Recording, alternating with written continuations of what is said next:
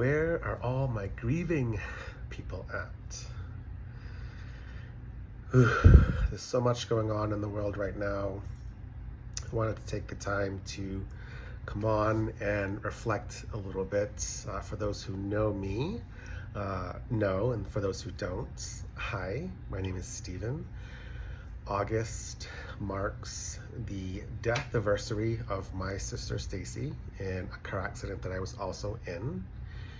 And it's been 23 years. So there's a lot to reflect on that, as well as everything that's going on in this world, in the United States, in politics right now.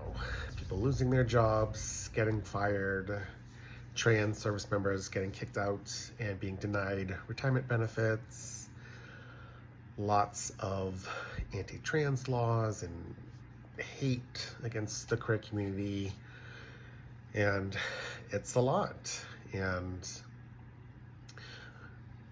I can't say 23 years ago I would see myself here today talking about grief and loss, and yet I've had the opportunity to meet so many great people who have had similar sibling losses, and parents who are grieving the death of their child, and grandparents and spouses and partners and friends and uncles and aunts and everything in between, from pregnancy and infant loss to a natural death at 80 or 90, to hospice, to sudden, to overdose, murder, and even those who take their lives. And so it's been a big range that I've been working in this field, and it's been an honor to hold space and to be able to provide support and to get support and to go to support groups and meet other siblings and go to national grief and loss conferences and work directly with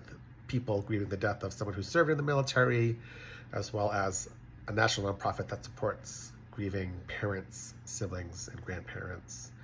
And again, for those who know me, I tend not to be someone who talks a lot about my feelings, but definitely holds space and allows other people to kind of share what they're going through. And it was really amazing because I went to go get another certification to better educate myself on being able to provide other tools to people who are grieving.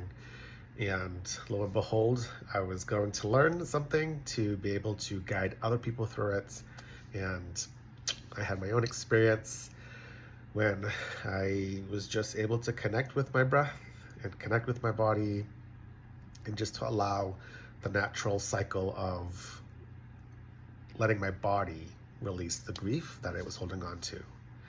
And so I think it's a really amazing practice to be able to then present this workshop at the conferences that I once attended as an attendee, and now as a volunteer. I go back, and it's just really amazing how people can have these transformative shifts in 30 minutes, because in a workshop it's part educational and part practice. And I always want what I do to be part practice, because we can sit here all day long, you can go on YouTube or Instagram, you can learn a lot of information, but putting it into practice is something different.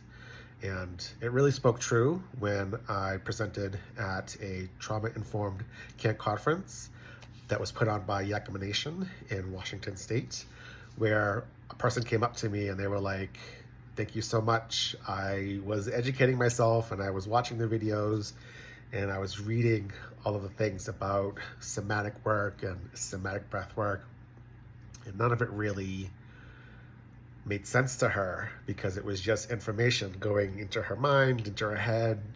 She understood it, but again, it's really that practice of, like, what does it actually feel like to do somatic breath work?"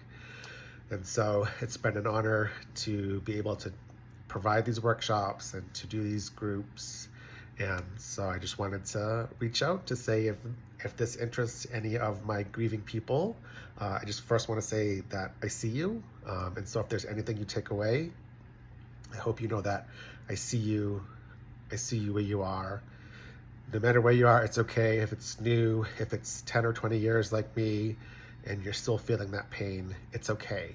That's your body responding to the grief that it has in the body. It's holding on to it.